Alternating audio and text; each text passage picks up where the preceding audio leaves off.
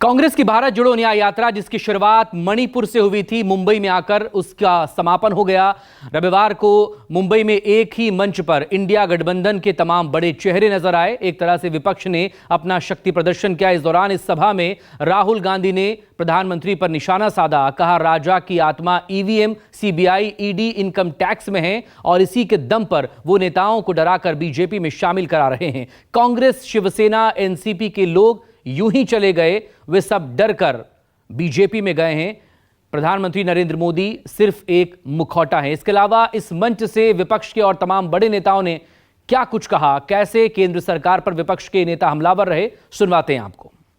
पिछले साल कन्याकुमारी से कश्मीर तक हमने यात्रा की।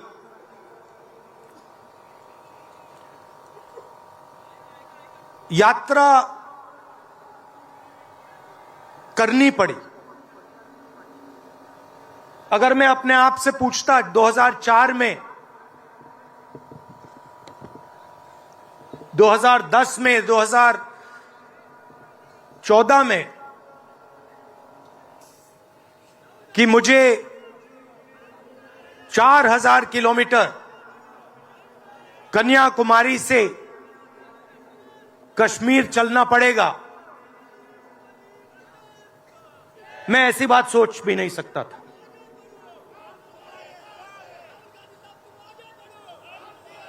ये यात्रा, शांत हो जाएं, ये यात्रा हमें क्यों करनी पड़ी? क्योंकि देश का जो कम्युनिकेशन का सिस्टम है,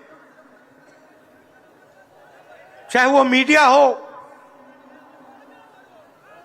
सोशल मीडिया हो, वो आज देश के हाथ में नहीं है। जनता के जो मुद्दे हैं, बेरोजगारी, हिंसा, नफरत, महंगाई, किसानों के मुद्दे, अग्निवीर के मुद्दे, जवानों के मुद्दे, वो मुद्दे आपको मीडिया में नहीं दिखाई देंगे। तो हमने ये यात्रा करनी पड़ी क्योंकि और कोई चारा नहीं था। देश के ध्यान को पकड़ने के लिए विपक्ष को 4000 किलोमीटर, और सिर्फ राहुल गांधी नहीं चला। यह गलतफहमी में मत रहिए कि ये राहुल गांधी चला है। सब पार्टियों के, सब विपक्ष के पार्टियों के लोग चले, सब नेता आए। हिंदुस्तान का पूरा विपक्ष इन यात्राओं में शामिल हुआ। शरद पवार जी आए, उद्धव जी आए, तेजस्वी आए।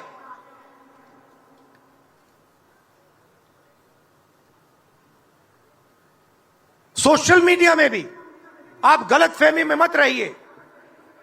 किसी ने कहा कि सोशल मीडिया एक रास्ता है, सोशल मीडिया रास्ता नहीं है। उस पर भी कंट्रोल है।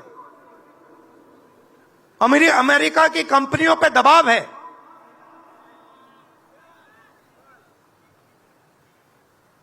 तो काफी डिस्कशन होता है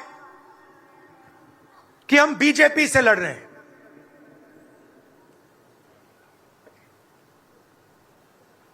लोग सोचते हैं कि हम सब एक राजनीतिक दल के खिलाफ लड़ रहे हैं। देश भी सोचता है कि ये जो नेता स्टेज पे बैठे हैं, अलग अलग पॉलिटिकल पार्टी से हैं, ये एक राजनीतिक पार्टी से लड़ रहे हैं। ये सच नहीं है, ये गलत है। हम राजनीतिक पार्टी से नहीं लड़ रहे हैं। और यह समझने की जरूरत है हिंदुस्तान के युवाओं को यह बात समझनी होगी। कोई और कहता है ये सब लोग एक व्यक्ति के खिलाफ लड़ रहे हैं, नरेंद्र मोदी के खिलाफ लड़ रहे हैं। नहीं, हम एक व्यक्ति के खिलाफ भी नहीं लड़ रहे हैं। ना हम बीजेपी के खिलाफ लड़ रहे हैं, ना हम एक व्यक्ति के खिलाफ लड़ रहे हैं। एक व्यक्ति को चेहरा बनाकर ऊपर डाल रखा है।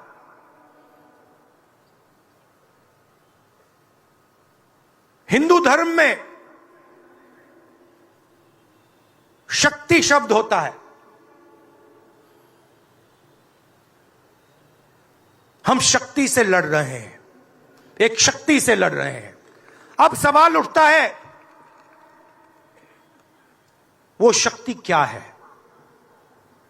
जैसे किसी ने यहां कहा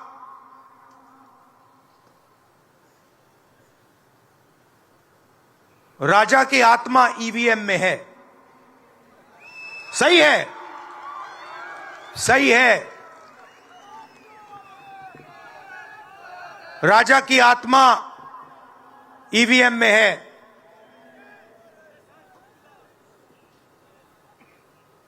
हिंदुस्तान की हर संस्था में है, ईडी में है, सीबीआई में है, इनकम टैक्स डिपार्टमेंट में है।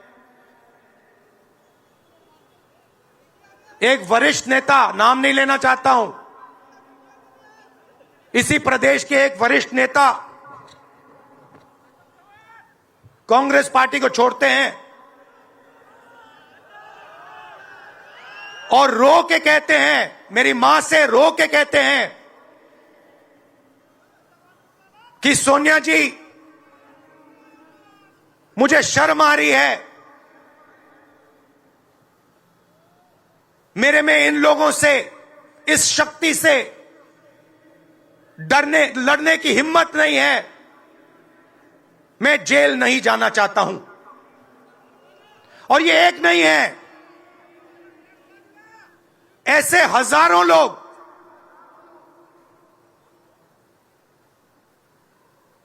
डराए गए हैं।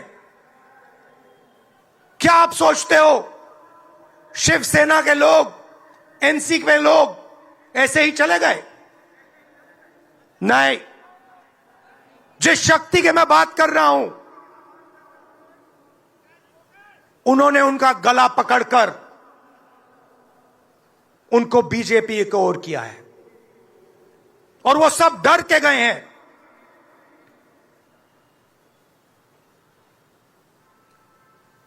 चार 4,000 किलोमीटर चला, उसके बाद 6,000 किलोमीटर मणिपुर से महाराष्ट्र, मुंबई, धारावी।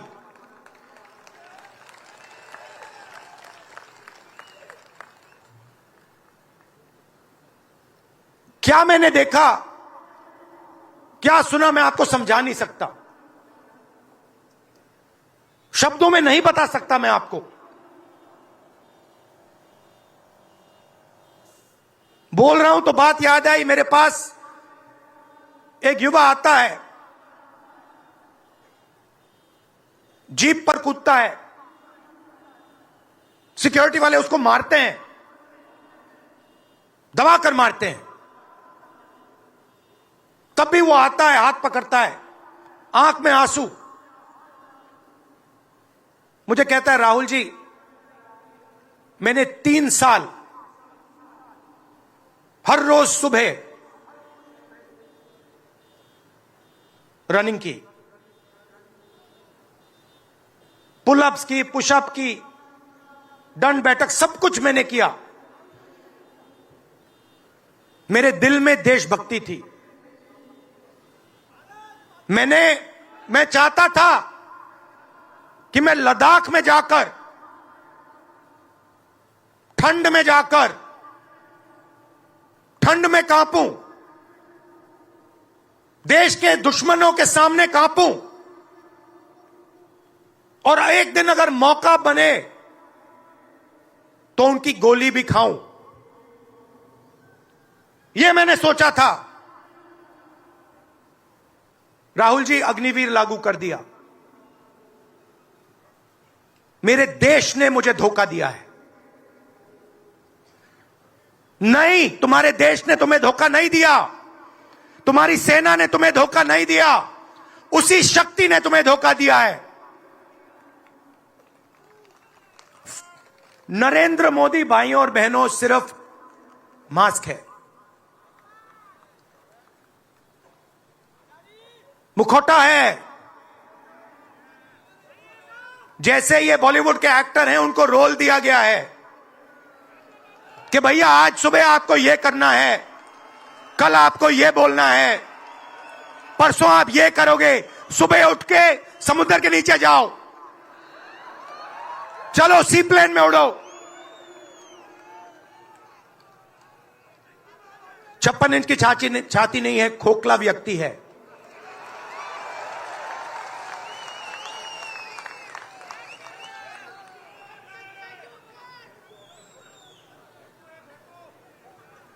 धारावी को देखिए आप। मुझसे पूछा गया कि ये जो यात्रा होगी कहां से कहां होगी। मैंने सोचा, एक बात क्लियर थी, मणिपुर से शुरू होगी। क्यों? वहां पे इसी शक्ति ने सिविल वॉर का माहौल बना रखा है। भाई भाई को मार रहा है, गोली मार रहे हैं, तो शुरुआत तो वहां से होगी। और फिर मैंने सोचा, अगर हिंदुस्तान को नया विजन देना है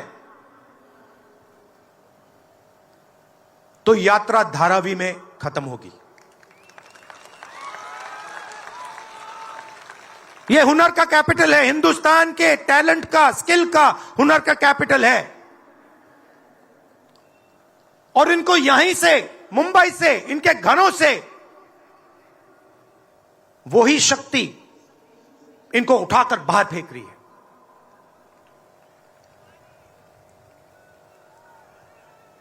एक साथ मिलकर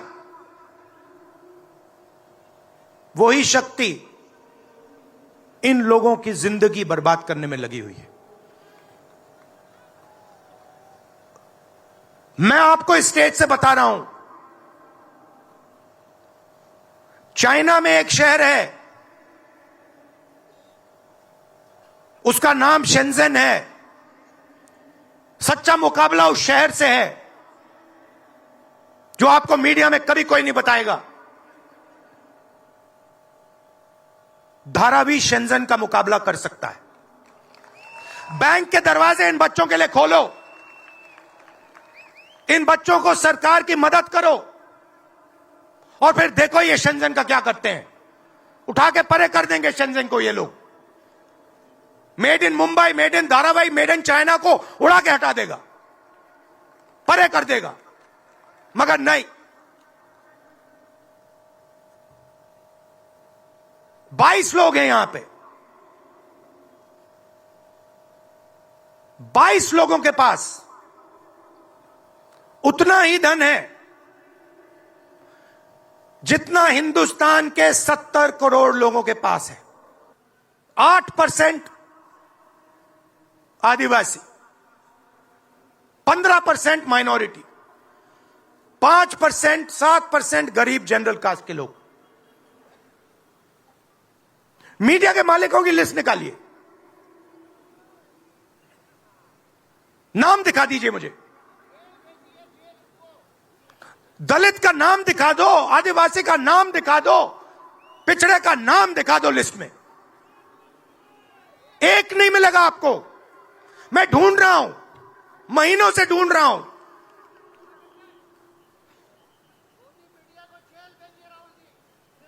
इनकी गलती नहीं है बेचारों की। जैसे मोदी जी मुखौटे हैं, जैसे उनका रिमोट कंट्रोल इनका भी है।